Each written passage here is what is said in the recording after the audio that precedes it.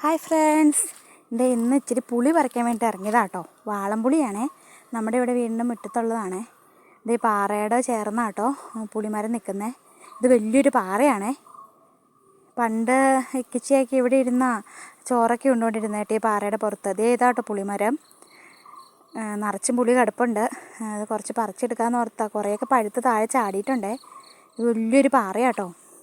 ഇവിടെ ഇരിക്കാനൊക്കെ കസാര പോലെയൊക്കെ ഉണ്ട്. പുളി കിടപ്പുണ്ട് കേട്ടോ. അപ്പുറത്തോട്ടൊക്കെ മലയാണേ. പിന്നെ താഴത്തോട്ട് മൊത്തം മരങ്ങളൊക്കെയാണ്, മൊത്തം ഫുള്ളും മരങ്ങളൊക്കെയാണേ. ഉണ്ടോ?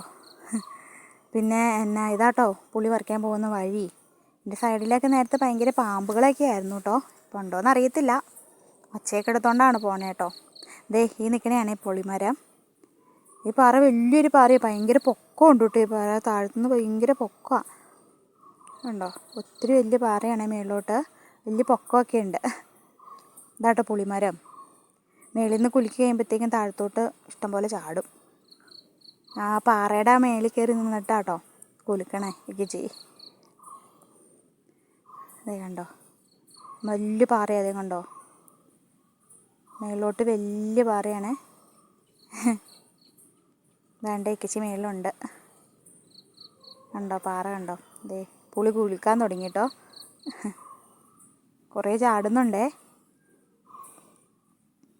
മിന്നുവും കൂടെ ഉണ്ട് കേട്ടോ. മിന്നു നോക്കി നിൽക്കുക പുളിയൊക്കെ ചാടുന്നത്. മിന്നുവിനെ ഇങ്ങോട്ടൊന്നും കൊണ്ടുവരാറില്ല, എന്നാലും ചുമ്മാ കൊണ്ടുവന്നേ. പുളി കുറേ ചാടുന്നുണ്ട്. ഇനിയിപ്പോൾ അത് പോയി പെറുക്കിയെടുക്കണം. കുലുക്കിയപ്പോൾ കുറേ ചാടി കേട്ടോ. ബാക്കിയൊക്കെ കിടക്കുമോ ഇനിയും കുറേ ചാടുന്നുണ്ടേ. താഴത്തോട്ട് ഇറങ്ങാൻ മൊത്തം കാടായിട്ട് കിടക്കുക. പാമ്പ് എപ്പോഴാണ് വരുന്നതെന്ന് അറിയത്തില്ല. അത് കാരണം പെട്ടെന്ന് പെറുക്കിയെടുക്കാൻ പോവുക.